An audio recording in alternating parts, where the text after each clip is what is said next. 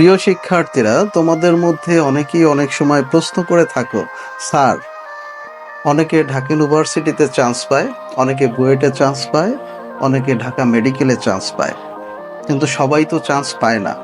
আর আমরা কিভাবে চান্স পেতে পারি? তোমাদের উদ্দেশ্যে বলছি, হ্যাঁ, ঢাকা ইউনিভার্সিটিতে, ঢাকা মেডিকেলে, বুয়েটে সবাই চান্স পাবে না। এই জায়গাগুলো হচ্ছে স্পেশাল জায়গা। আর এই স্পেশাল জায়গাগুলোতে নিজেদেরকে নিয়ে যেতে গেলে আবার ওই রকম নিজেদেরকে স্পেশাল হতে হয়। আর নিজেদেরকে স্পেশাল হিসাবে গড়ে তোলার জন্য সাধারণ এবং গতানুগতিক সিস্টেমের বাইরে গিয়ে যে সকল শিক্ষার্থীরা স্বাভাবিকভাবে পড়াশোনা করে বা যেরকম সিস্টেমে তারা পড়াশোনা করে, ওই সিস্টেমের বাইরে গিয়ে নিজেকে একটা অনন্য উচ্চতায় নিয়ে গিয়ে স্পেশাল পদ্ধতিতে, স্পেশাল পরিশ্রমের মধ্য দিয়ে এবং অতিরিক্ত শ্রম বিনিয়োগ করে মানসিকভাবে পড়াশোনাটাকে সবচেয়ে বেশি যারা প্রাধান্য দিয়ে পড়াশোনা করে, তারাই তো আবার নিজেদেরকে স্পেশাল ছাত্রে পরিণত করতে পারে, স্পেশাল শিক্ষায় শিক্ষিত হতে পারে। আর তারাই তো আবার স্পেশাল জায়গাগুলোতে স্থান পায়। সবাই তো পাবে না। অনেক শিক্ষার্থীরা রয়েছে যারা পড়া শেষ হয়নি, মোবাইল হাত থেকে রাখো না। পড়ার চেয়ে মোবাইলের প্রতি গুরুত্ব বেশি, গেমসের গুরুত্ব বেশি। তারা তো ওই ধরনের শিক্ষার্থীরা তো ঢাকা মেডিকেলে, বুয়েটে, ঢাকা ইউনিভার্সিটিতে চান্স পাবে না। যে সকল শিক্ষার্থীরা আবার পরিশ্রমটা এক্সট্রা পরিশ্রম দিয়ে পড়াশোনা করবে, এক্সট্রা প্রাধান্য দিয়ে পড়াশোনা করবে এবং ধ্যান জ্ঞান থাকবে শুধু পড়াশোনা, সেই ধরনের স্টুডেন্টরাই তো আবার এই বিশেষ জায়গাগুলোতে চান্স পাবে। তোমাদেরকে আমার বাস্তব অভিজ্ঞতা থেকে একটা ছোট্ট ঘটনা শেয়ার করছি। আমার এক মামা, বর্তমানে উনি বাংলাদেশ ব্যাংকের ডিজিএম পদে কর্মরত রয়েছেন। মামার নাম হচ্ছে মতিউর রহমান। উনি যখন ক্লাস 9-এ পড়ে, তখন উনি একটা ম্যাথ করতেছিল, কিন্তু সেই ম্যাথটা সে মিলাতে পারেনি।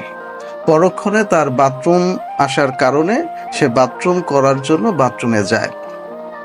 সে বাথরুমে যাওয়ার পরে আমার নানি, অর্থাৎ আমার ওই মামার মা, তিনি বাথরুমে যাওয়ার জন্য বাথরুমের সামনে গিয়ে কড়া নাড়তে থাকেন। তিনি বুঝতে পারেন বাথরুমের ভিতরে কেউ একজন আছে, কিন্তু সে কোনো সাড়া শব্দ করছে না এবং কোনো প্রতিউত্তরও করছে না। আসলে ওই মামা যে ম্যাটটা তিনি বাথরুমে যাওয়ার পূর্বে মেলাতে পারেননি, বাথরুম করতে যাওয়ার পরেও সে ওই ম্যাটটা তার মাথায় রয়ে গেছে যে এই ম্যাটটা তো আমি মিলাতে পারিনি, এই ম্যাটটাকে আমাকে মিলাতেই হবে। এবং সেই ধ্যান ধারণা থেকে, চিন্তা চেতনা থেকে সে বাথরুমে বসে বাথরুমের দেয়ালে ওই ম্যাটটা বাথরুম করতে করতে করতে থাকে এবং একটা সময় গিয়ে তার ওই ম্যাটটা মিলে যায় এবং সে আনন্দে উদ্বেলিত হয়ে উৎফুল্ল স্বরে আত্মচিৎকার করে, ইউরেকা ইউরেকা, আমার ম্যাথ মিলে গেছে, আমার ম্যাথ মিলে গেছে। বাইরে অবস্থানরত নানি তখন বুঝতে পারে যে আমার ছেলে মতিউর বাথরুমের ভিতরে আছে। ম্যাথ কমপ্লিট হওয়ার পরে আনন্দ চিত্তে মামা বাথরুম থেকে বের হওয়ার পরে নানি তার কাছে জিজ্ঞাসা করে যে এতক্ষণ ধরে আমি বাথরুমে যাওয়ার জন্য অপেক্ষা করছি, কিন্তু তুই কোনো সাড়া শব্দ করছিস না, কি ব্যাপার? তখন মামা তাকে বলল, মা, আমি একটা ম্যাথ মিলাতে পারছিলাম না, বাথরুমে যাওয়ার পরে আমি দেখলাম যে আমি এই দেয়ালে করে সেই ম্যাথটাকে মিলাতে পারি কিনা, এবং করতে করতে আমার ম্যাথটা মিলে গেছে মা, এই জন্য আমার একটু দেরি হয়েছে, আমি সরি। এই ঘটনা থেকে তোমাদেরকে আমি এটাই বোঝাতে চাচ্ছি যে অনেকে তো পড়া শেষ না করেই তোমরা গেমসে আসক্ত হয়ে যাও, মোবাইলে আসক্ত হয়ে যাও, ফেসবুকে আসক্ত হয়ে যাও, আর নাহলে অলসভাবে সময় নষ্ট করো, ঘুমিয়ে থাকো। কিন্তু যারা পড়াটা শেষ না করে ঘুমাতে যাবে, তারা তো ঢাকা ইউনিভার্সিটিতে চান্স পাবে না, তারা তো বুয়েটে চান্স পাবে না, তারা তো ঢাকা মেডিকেলে চান্স পাবে না।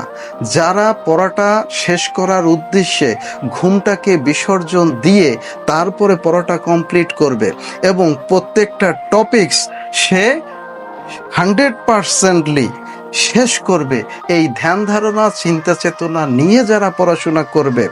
আমি রাস্তা দিয়ে হাঁটতেছি, স্কুলে আমার গিয়ে আজকে এই প্যারাগ্রাফটা স্যারকে লিখে দিতে হবে, আমি দেখি তো মনে মনে ট্রাই করি তো আমার প্যারাগ্রাফটা আমি যেটা বাসায় পড়ে এসেছি সেটা আমার মাথায় আছে কিনা, আমি মনে মনে পড়লাম। বাথরুমে গিয়ে যারা চিন্তা করে যে আমি আজকে ওই ম্যাথটা করেছিলাম, স্যার আমাকে ওই জ্যামিতিটা শিখিয়েছিল, দেখি সেইটা আমি মনে মনে এখন নিজে নিজে বলতে পারি কিনা বা করতে পারি কিনা বা আমার মাথায় আছে কিনা।